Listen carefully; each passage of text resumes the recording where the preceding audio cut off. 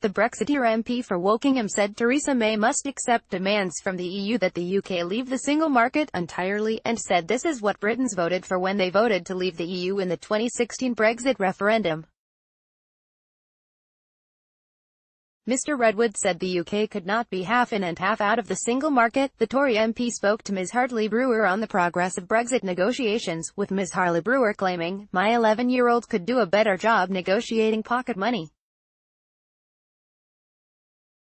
It seems we're in the worst of all worlds with Theresa May." Mr Redwood replied, "We're trying to change the policy, because we don't have very much time left to try and reach an agreement with the European Union, and we're still willing to carry on to see if there is an agreement there that's better than leaving without an agreement.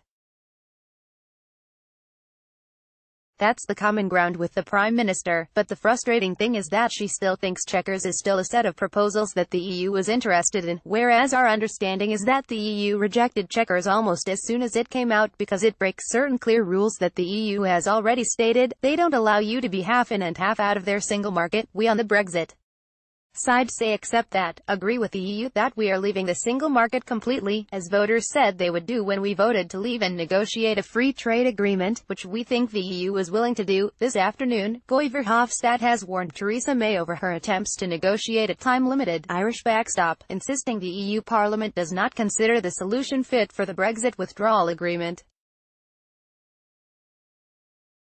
Brexit news. John Redwood said the UK could not be image. Getty. The EU Parliament's Brexit coordinator said MEPs would vote against any deal that doesn't contain a real backstop. He also suggested Mrs May was rowing back on previous promises to include the so-called backstop in the withdrawal agreement by now demanding a time-limited solution to the vexed issue of the Irish border.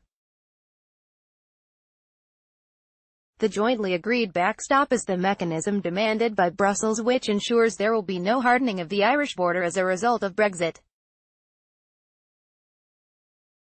Mr Verhofstadt told the EU Parliament's Power Committee on Constitutional Affairs, "The main sticking point in the negotiations is still the Northern Ireland backstop. As you have read in media, everyone thought and we thought there was a previous commitment to have such a backstop. It is now our British counterparts saying the backstop has to be time-limited.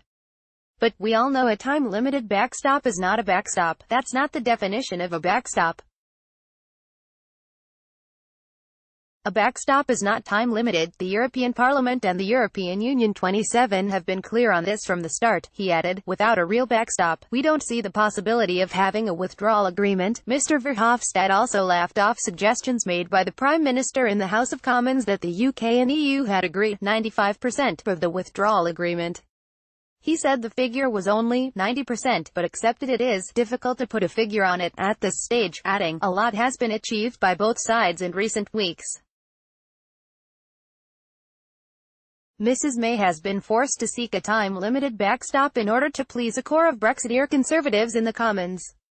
The MPs, which include her supply and confidence partners in the DUP, also insist the EU's backstop position is unacceptable because it breaches the integrity of the United Kingdom.